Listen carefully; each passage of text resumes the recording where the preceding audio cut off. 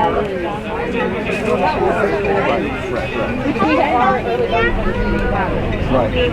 I know. Well, that's the other thing. That's the other thing that's really, I like. So last and with I think the with a huge impact, and thank you again for everyone coming, is a full colonel who just retired with 34 years of experience in the Army, and it's Don Potoczny. Thank you. Thanks, Diane. Diane, thank you so much for inviting me, and thank you all for staying and not walking away as soon as the soldier grabbed the mic. It may seem unusual for soldiers to talk about peace, but nobody wants peace more than soldiers. And Rachel talked about that, the sacrifices that we make. No one can understand what that does to a family when, you know, I was at my son's birth in 2011, and when he was 6 days old, I had to go back on the plane to go back to Iraq. I left my wife to care for him, and 6 months later I was able to return. No sacrifice is as great as that. All of us who are in uniform have friends that have we've lost in battle, and we can never recover fully from that. So when we talk about war, I know some of you may think that you're against all war, and that's fine. But I know what it's like, and so I appreciate just a few minutes to share a few thoughts about this latest discussion that we're having here. And I can't do this with two hands. I spent 30 years in the artillery, so I'm sure you can hear me. So I've got just a couple of thoughts. I know I'm between you and your Sunday dinner, so I'll be very brief.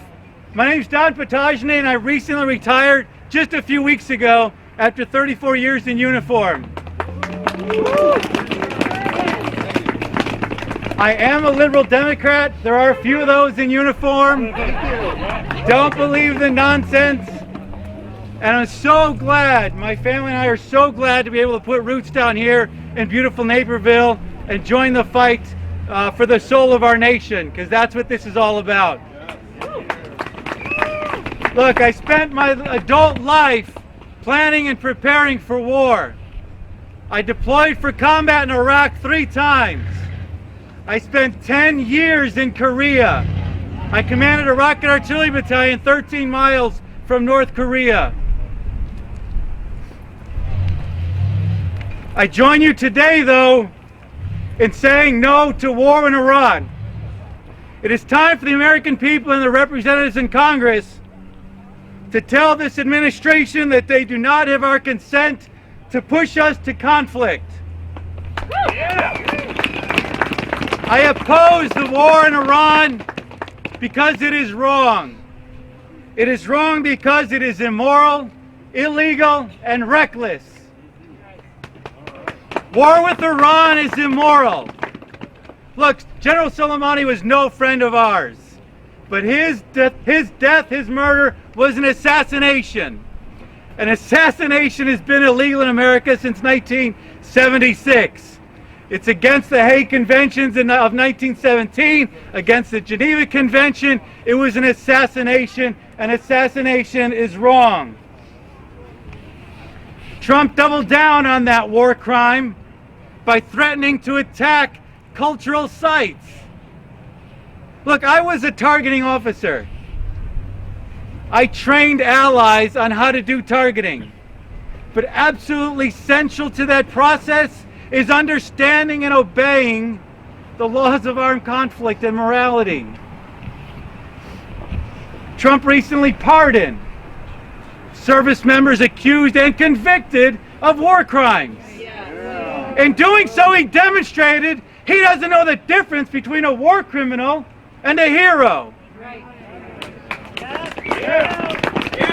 War with Iran is not only immoral, but it is wrong.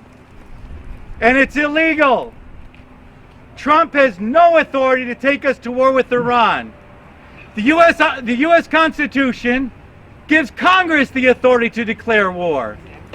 The War Powers Act And the Secretary of State this morning said it was a resolution. It's an act. It's a law.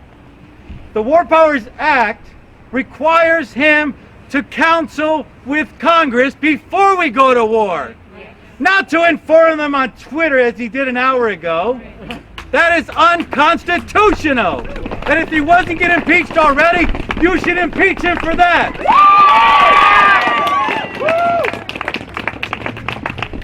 He has done nothing to gain our will or Congress's approval. Nothing. But he did get somebody's permission, didn't he? Last week, he had another undocumented phone call with his mentor in Moscow. Soleimani knew Putin, and do any of us think that Putin didn't authorize that strike? Of course he did. So he did get permission, but not the permission that's required by our Constitution. War with Iran is not only illegal, but it is wrong, and it is reckless.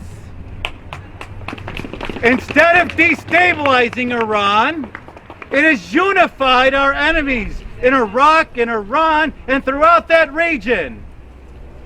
How do we think they're going to react when we threaten to attack their cultural sites? How would we react if another leader threatened the Statue of Liberty and Mount Rushmore and all the sites that we hold dear in our country? How did we think they were going to react? But pushing us to war is reckless. Winston Churchill said, the only thing worse than going to war with allies is going to war without allies. Over the last 4 years, Trump has not hesitated to insult every one of our allies and put in doubt our commitment to all of our alliances. And he's at the same time embraced our potential adversaries. In fact, he's fallen in love with our adversaries.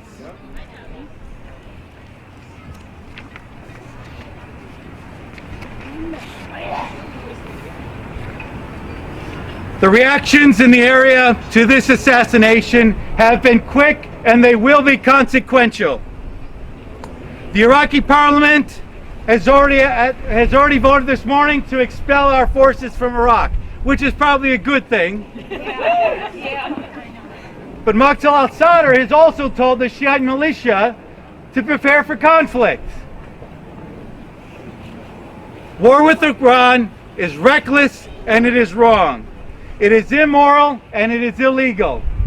The American people and our representatives in Congress must speak loudly and clearly to that bully in the White House. This is wrong.